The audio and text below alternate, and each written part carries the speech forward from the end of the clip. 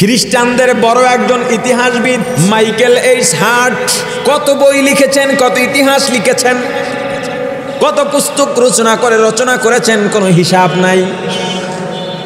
হাজার হাজার ভক্ত অনুরাগী তার সারা দেশে ছড়িয়ে ছিটিয়ে আছে।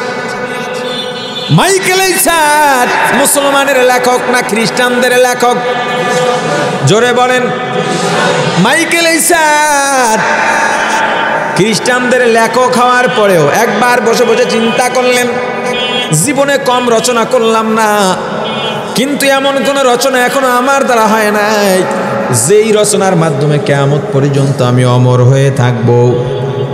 এমন একটা লেখা আমি উপহার দিয়ে যেতে চাই, যেই লেখার মাধ্যমে সব ধর্ম বর্ণের মানুষগুলো কিয়ামত পর্যন্ত আমাকে স্মরণ করবে সুনামের সঙ্গে। মাইকেল এইচ হার্ট চিন্তা করতে করতে করতে করতে একটা আইডিয়া বের করলেন যে আমি বিশ্বের যত ধর্ম আছে এই ধর্মের ধর্মগুরুদের নিয়ে একটা জীবনী লিখবো, যাতে সব ধর্মের মানুষের কাছে আমার বইটা সমাদৃত হয়। এই চিন্তা করে 1000 মনীষীর জীবনী এক জায়গায় করছেন, তার মধ্যে আমার নবীর নামও আছে। লেখকটা খ্রিস্টান না মুসলিম? জোরে বলেন। চিন্তা করলেন 1000 মনীষীর জীবনী লিখতে গেলে ভলিউম বড় হয়ে যাবে, কয়েক খণ্ড হয়ে যাবে। কয়েক খণ্ড যদি হয়ে যায় তাহলে মানুষ পড়ার আগ্রহ হারিয়ে ফেলবে। এগুলো ক্লাস অথবা অভিধান ডিকশনারির ক্ষেত্রে হয়ে থাকে।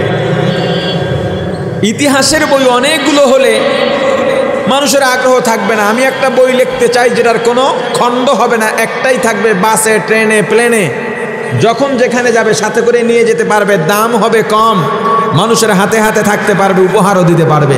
এই চিন্তা করে এই 1000 মধ্য থেকে 900 ছাঁটাই করে 100 মনীষী যাচাই বাছাই করে 100 মনীষীর জীবনী এক জায়গায় করলেন।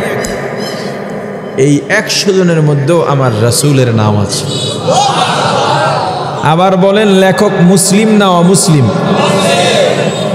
এই 100 জনের মধ্যেও আমার রাসূলের নাম আছে। লেখকটা বলেন বলেন।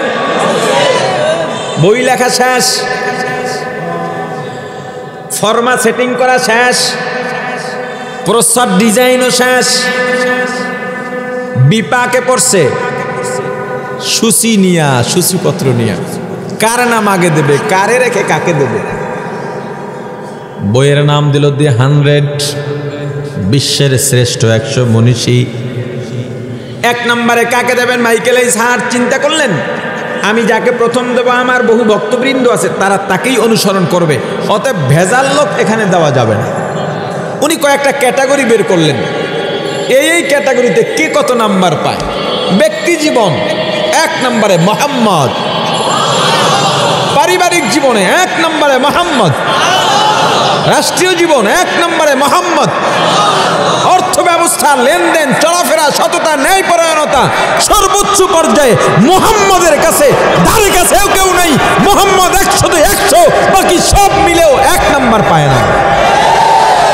মুহাম্মদ আরবি হায়ওয়া নবী রাস্তে পেশোয়া, মুহাম্মদ আরবি হায়ওয়া নবী রাস্তে পেশোয়া, आलम हुआ उसकी पैदाइश से उजाला, आलम हुआ उसकी पैदाइश से उजाला, शफीउल उमम हमारा नबी रोज क़यामत शफाअत करेगा अल्लाह के पास गुनाहगार उम्मत, शफाअत करेगा अल्लाह के पास गुनाहगार उम्मत। हम सुरात हम सिराते मुस्तफा दर तमामी हालेयो कुन इत्तिबा। मुसलमान इमामदार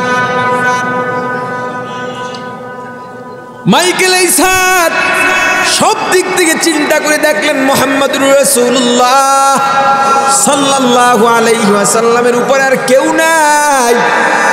নির্দ্বিধায় নিশ্চিন্তায় আমার নবীর নামটা সূচিপত্রের 1 নম্বরে দিয়া দিলেন। বই প্রকাশ হয়ে গেল। তরুণ তরুণী, যুবক যুবতী, জুয়ান বুড়া বৃদ্ধ সবার হাতে বই চলে গেল। দি 100 মানুষজন অপেক্ষায় ছিল আমাদের প্রিয় লেখকের বই আসবে। আগেই তো তাদের অ্যাডভাইস হয়েছে, আগেই তো প্রচারণা চলেছে। দি 100 যখন সবার হাতে এলো, সবাই খুললো। খুইলাই দেখে 1 নম্বরে মুসলমানদের নবী মুহাম্মদ নবী। আমাদের ইতিহাসবিদ যেহেতু মুহাম্মদ নবীর নাম লিখেছে, অতএব বুঝে শুনেই লিখেছেন, অতএব মুহাম্মদ নবী সত্য। এই নবীকে যেই আল্লাহ নবী বানাইছেন ওই আল্লাহ সত্য। যেই আল্লাহ যেই কোরআনের মধ্যে এই নবীকে নবী বানায়া স্বীকৃতি দিছেন ওই কোরআনও সত্য।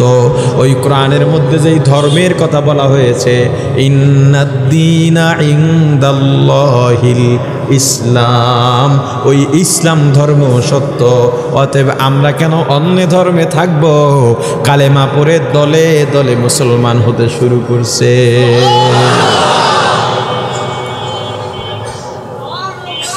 খ্রিস্টান নেতাদের মাথা গরম হয়ে গেছে। মাইকেল ইসহাককে তাড়াতাড়ি তলব করো, দ্রুত তলব করো। আমাদের ইতিহাসবিদ হয়ে, আমাদের লেখক হয়ে মুসলমানদের নবীকে প্রমোট কেন করলো? যেই নবীকে আমরা মিথ্যাবাদী হিসাবে প্রমাণ করতে চাই, যেই নবীর নাম চিহ্ন আমরা মুছে ফেলতে চাই, সেই নবীকে 1 নম্বরে দিয়ে এখন তো আমাদের দলের লোকেরা, আমাদের ধর্মের লোকেরা সব ইসলাম গ্রহণ করতেছে দলে দলে। তাড়াতাড়ি তাকে তলব করে। মাইকেল ইসহাককে তলব করা হলো। মাইকেল ইসহাক উপস্থিত হলেন। ধমক, তুমি কেন মুসলমানদের নবীর পক্ষে বই লিখেছো বলো? মাইকেল ইসহাক বিনয়ী জবাব দিলেন, আমি একজন ইতিহাসবিদ, ইতিহাস বিকৃত করতে পারি না। আমি কম চেষ্টা করি নাই আমাদের মনীষী বসাবার জন্য, অন্য কোন মনীষীকে বসাবার জন্য কম চেষ্টা করি নাই। কিন্তু যতই চেষ্টা করি না কেন, মুহাম্মদের উপরে আদর্শের দিক থেকে কেউ নাই। আমি যদি মুহাম্মদ নবীর নামটা 1 নম্বরে না দিই, আমি যে একজন ইতিহাসবিদ তার কোনো মর্ম থাকে না, অর্থ থাকে না। কিয়ামত পর্যন্ত আমার নামটা মানুষ কালো অধ্যায়ের মধ্যে রেখে দেবে। ঠিক আছে, যা করছো করছো, তুমি আর বইয়ের সত্য পাবে না, বই তোমার অধিকারে থাকবে না।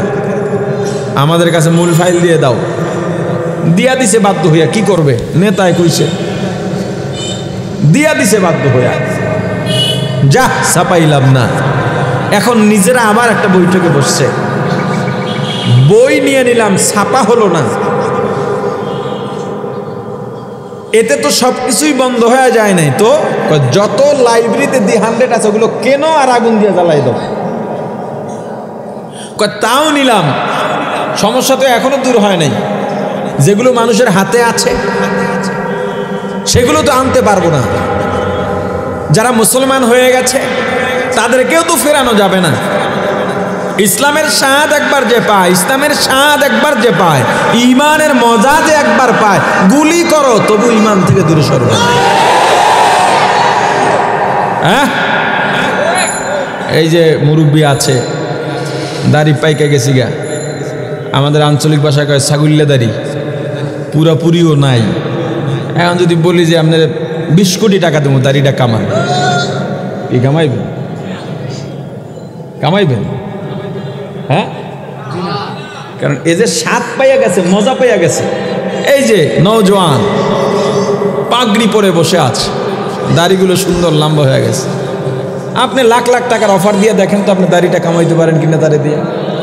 কথা বলে না কেন? মজা পাইয়া গেছে। বোম্বাই মরিচ চিনেন? কি বৃষ্টি পড়ে, আল্লাহ ভরসা। বোম্বাই মরিচ চিনেন? ঝাল না মিষ্টি? কেমন ঝাল? ঝালের ঝাল, তার উপরে ঝাল, এর চাইতে মহা ঝালের নাম বোম্বাই মরিচের ঝাল। এরপর মানুষ খায় কিনা? আওয়াজ দিয়ে কম। বোম্বাই মরিচ খায়, এক লোকমা খানা বোম্বাই মরিচ একটা কামড়, চেহারা ঘামায়া যায়, পুরা টপ টপ করে ঘাম পড়তে থাকে। আপনি পাশে গিয়া বললেন, আরে বোকা, এত ঝাল কেন খাচ্ছ? আবার কেমন মানে ঝালের কারণে একটা শীষ টানে না, শ্বাস টানে, শ্বাসও টানতেছ, ঘামও পড়তেছে, পর কেন খাও? তুমি তো চরম বোকা। মরিচ খোর ডাক দিয়া বলবে, বোকা আমি না, বোকা তুমি। কারণ তুমি মরিচের ঝাল দেখছো, মরিচের মধ্যে ঝাল ছাড়াও আরো দুইটা জিনিস আছে, একটা হলো ঘ্রাণ আর একটা হলো মজা। ওই ঘ্রাণ আর মজার কাছে ঝাল কিচ্ছু না। ইসলামের জন্য যারা জীবন দেয়, রক্ত দেয়, ইমাম সাহেবের চাকরি যায়, তবু ইমাম সাহেব যায় যাও রিক্সা চালায় খামু, তুমি দেখো তার কষ্ট। তুমি তো জানো না চাকরি কেন ছাইরা দিল, ইসলামের জন্য জীবন কেন দিল, তুমি তো বুঝোই না। কারণ তার কাছে ইসলামের মজা জান্নাতের ঘ্রাণের থেকে দুনিয়ার গুলি হামলা মামলা বোমা জেল বেশি না। এটা একটা স্বাদ, এটা ভিন্ন জিনিস, এটা একটা অন্যরকম জিনিস, এটা বুঝাবার জিনিস নয়, বুঝে নেওয়ার জিনিস। তো যারা মুসলমান হয়ে গেছে ওরা তো ফিরবে না, কি করা যায়? যাদের হাতে বই আছে এরা যাতে মুসলমান না হয়, দোদুল্যমান অবস্থায় যারা আছে ওদেরকে কিভাবে ফেরানো যায় ওই চেষ্টা করো। যারা মুসলমান হয়ে গেছে ওদেরকে নিয়ে টেনশন করার দরকার নেই, ওরা গেছে, ওগুলো আর পাওয়া যাবে না। তো কি করা যায়? সভা সমাবেশ নেড়ি দিয়ে কাজ হইতো না, মিছিল কাজ হবে না, মানববন্ধন কাজ হবে না, ধর্মঘট হরতাল কাজ হবে না, সব অন্যায়ের প্রতিবাদে মিছিল মিটিং সমাবেশ চলে না। কথা বুঝে আসছে? আবার কিছু কিছু অন্যায়ের প্রতিবাদে মিছিল মিটিং ছাড়া হয়ও না। বই লেখছে, আমাদেরও বইয়ের মাধ্যমেই প্রতিবাদ করতে হবে, জবাব দিতে হবে। দি 100 মাইকেল এইচ হার্টের বইয়ের বিরুদ্ধে মোকাবেলায় আর একটা বই লিখতে হবে। সবাই হাত উঠেছে, আমি লিখবো আমি লিখবো, কারণ এটা লেখলে একটা ইতিহাসের পাতায় তার নাম থাকবে। দি 100 মোকাবেলায় বই লেখছে, বিশাল ব্যাপার। নেতা সাহেব বললেন না, হবে না, আমরা তো এমনিই মোহাম্মদ বিরোধী, আমরা তো বিরুদ্ধে লিখবে, এটা স্বাভাবিক বিষয়, মানুষ এটা গ্রহণ করবে না। তাহলে কি করা যায়? একজন মেধাবী মুসলিম চাই, একজন মেধাবী, কথা বলে না, একজন মেধাবী। কারণ মেধাবী মুসলিম যদি তাদের নবীর বিরুদ্ধে বই লেখে এটার প্রভাব পড়বে বেশি। মেধাবী মুসলিম খোঁজে, কেন খোঁজে? নবীর বিরুদ্ধে বই লেখাবে, আমাকে দিয়ে আমার বাবার বিরুদ্ধে লেখাবে, এরকম না। তবে যাকে তাকে চাইলেই পাইবা না, লোকটা লোভী হতে হবে। লোভী মুসলিম ছাড়া পাওয়া যাবে না। আমাদের সমাজে লোভী মুসলিম নাই, লোভী মুসলিম নাই।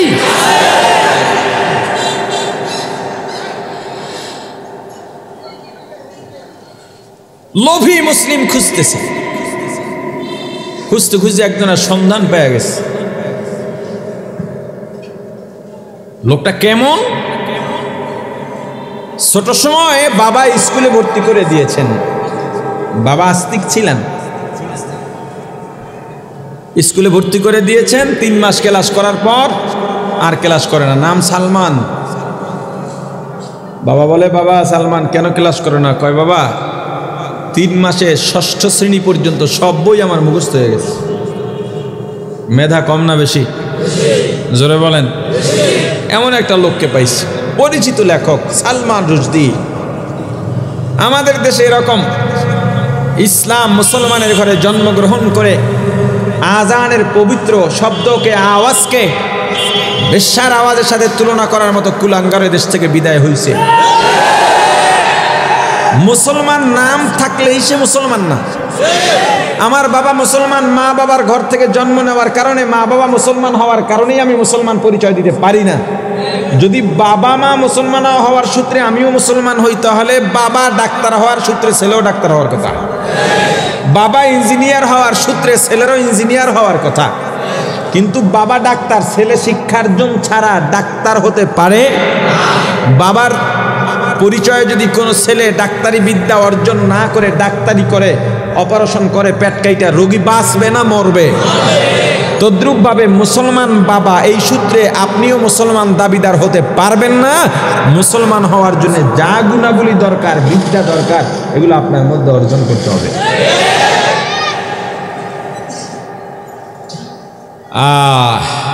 লোভী মুসলমান খুঁজে পেয়ে গেছে সালমান রুশদি। লোভ,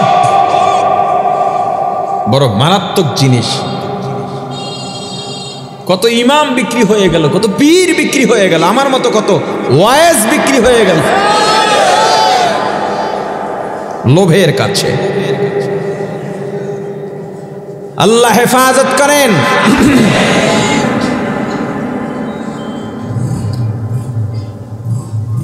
সালমান রুশদিকে কিভাবে বস করা যায়, দুইটা পদ্ধতি গ্রহণ করেছে। কয়টা?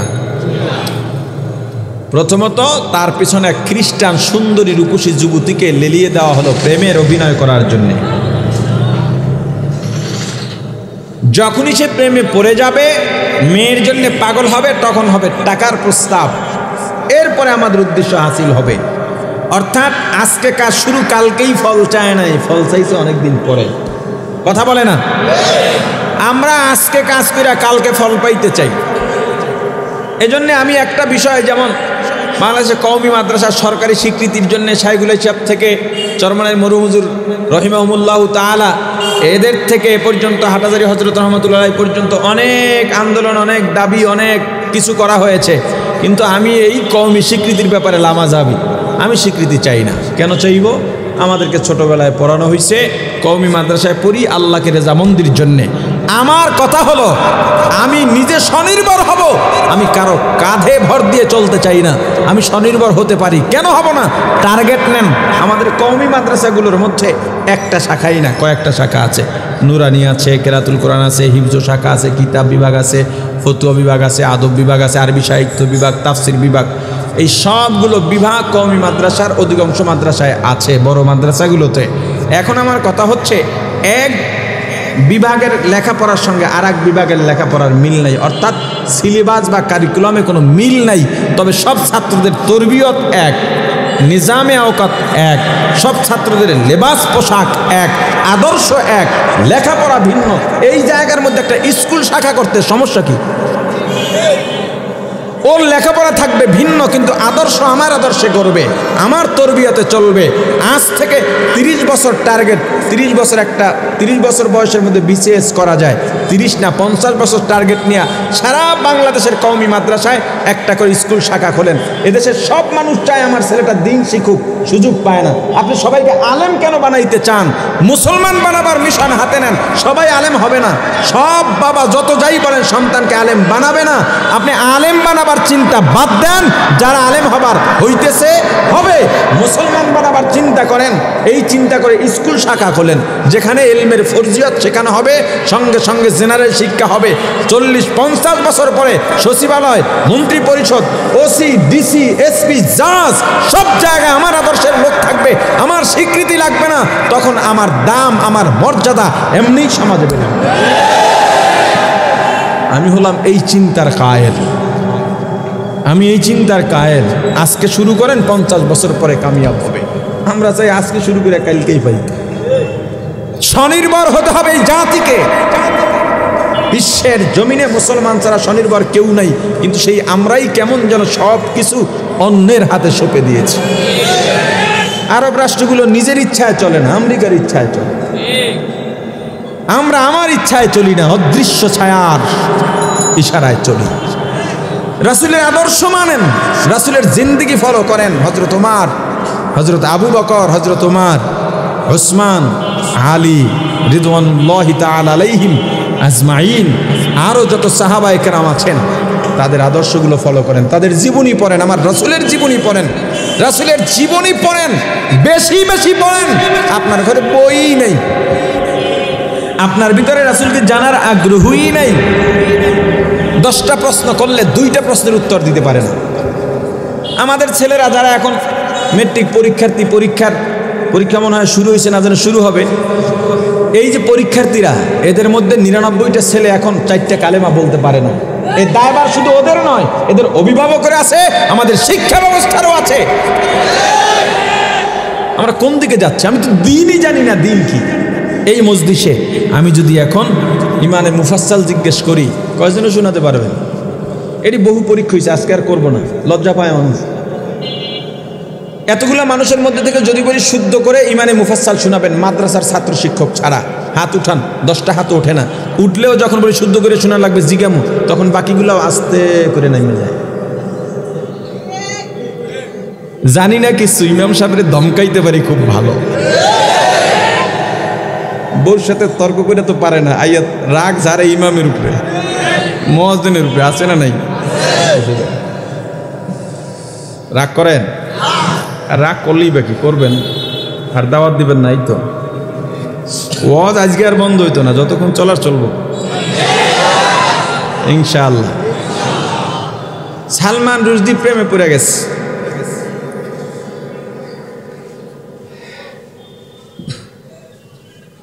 এখন প্রেমিকা বলতেছে, তোমার কাছে আমি একটা জিনিস চাইবো, যত টাকা চাও তাও দেব। বলে, তোমার জন্য আমার জান কোরবান, যা লাগে দেব। আমার অন্তরে শুধু তুমি। প্রেম করো কারা কারা তুলো।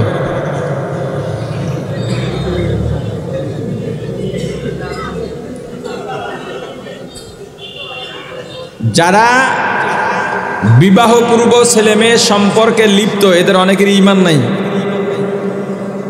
কেন? কি বলে? আমার অন্তরে শুধু, তার মানে আল্লাহ নাই। ঈমান থাকার কথা, কথা বলে না। বলে কি চাও? বলে বেশি কিছু না, তুমি একটা বই লেখবা। কয় আমার কাজই তো লেখা, এর জন্য তো আবদার করার কি আছে? কয় না, একটু আলাদা বিষয় আছে। বলে সেটা কি? দিহান্ডের সামনে দিল, এই বইটা দেখো, তুমি একটা বই লিখবা, এখানে যে কয় ফর্মা আছে তোমার বইতেও সেই কয় ফর্মা হবে, এখানে যেই প্রচ্ছদ আছে তোমারও সেই প্রচ্ছদ আছে হবে, এখানের নাম আর তোমার নামটা শুধু ভিন্ন হবে, ভিতরে 1 নম্বরে মোহাম্মদ, তোমার বইতেও ভিতরে 1 নম্বরে থাকবে মোহাম্মদ। তবে দি 100-এর মধ্যে মোহাম্মদের প্রশংসা, তুমি যেটা লেখবা ওটার মধ্যে প্রশংসা থাকতে পারবে না। লোভী মুসলিম না, প্রস্তাব গ্রহণ করেছে, টাকার বস্তা কি আর সামলানো যায়? তবে পৃথিবীতে যারাই রাসূলের আদর্শ নিচ্ছিন্ন করতে চেয়েছে, পেরেছে? জোরে বলেন। বাদশাহ নুরউদ্দিন রহমাতুল্লাহ আলাইহির জামানায় শাসক বাদশাহ নুরউদ্দিন রহমাতুল্লাহ আলাইহি হঠাৎ করে একটা স্বপ্নে দেখলেন, রাসূল এসে বলেন, নুরউদ্দিন কি করো, আমার ক্ষতি হচ্ছে, তাড়াতাড়ি ফিরাও। হুজুর কারা ক্ষতি করছে? 2টা লোকের চেহারা দেখায় দিলেন। এই 2টা লোক, আরে এদের দিয়ে বিশাল দাড়ি, জুব্বা, পাগড়ি, হাতে তসবিহ, সুবহানাল্লাহ, আলহামদুলিল্লাহ, আল্লাহু আকবার, জিকির ছাড়া কোনো কাজ নাই, এরা ক্ষতি করতেছে। হুজুর পেরেশান হয়ে গেলেন। বাদশাহ নুরউদ্দিন দ্রুত মিটিং ডেকে বললেন, আগামীকাল এই অঞ্চলে যত পুরুষ আছে সবাইকে দাওয়াত দিবার দরবারে। এলান করে দেওয়া হলো, সবাই আসতেছে। হুজুর গেটের মধ্যে বসা, ওই লোক 2টা খুঁজতেছেন, পাচ্ছেন না। প্রথম দিন শেষ, হুজুর পেরেশান হয়ে গেল, লোক 2টা তো পাওয়া গেল না। আবার সবাইকে নিয়ে বসলেন, কেউ বাকি আছে? বলে না হুজুর, কেউ বাকি নাই। আবার একদিন দাওয়াত দেওয়া হলো, আবার নবীজি স্বপ্নে এলেন, নুরউদ্দিন কি করছো? এখনো তো কিছুই করতে পারলা না, ক্ষতির ধারা কাছাকাছি এসে গেছে, অনেক বড় ক্ষতি হয়ে যাবে। আসলে তো ক্ষতি হবে না, আল্লাহ তো ফেরাবেনি। তুমি যত বড় ষড়যন্ত্রকারী হও না কেন, ইসলামের বিরুদ্ধে, ব্যক্তির বিরুদ্ধে, রাষ্ট্রের বিরুদ্ধে, সমাজের বিরুদ্ধে, নীতির বিরুদ্ধে সবচাইতে বড় ষড়যন্ত্র নস্যাৎকারী কে? আওয়াজ দিয়া বলেন না।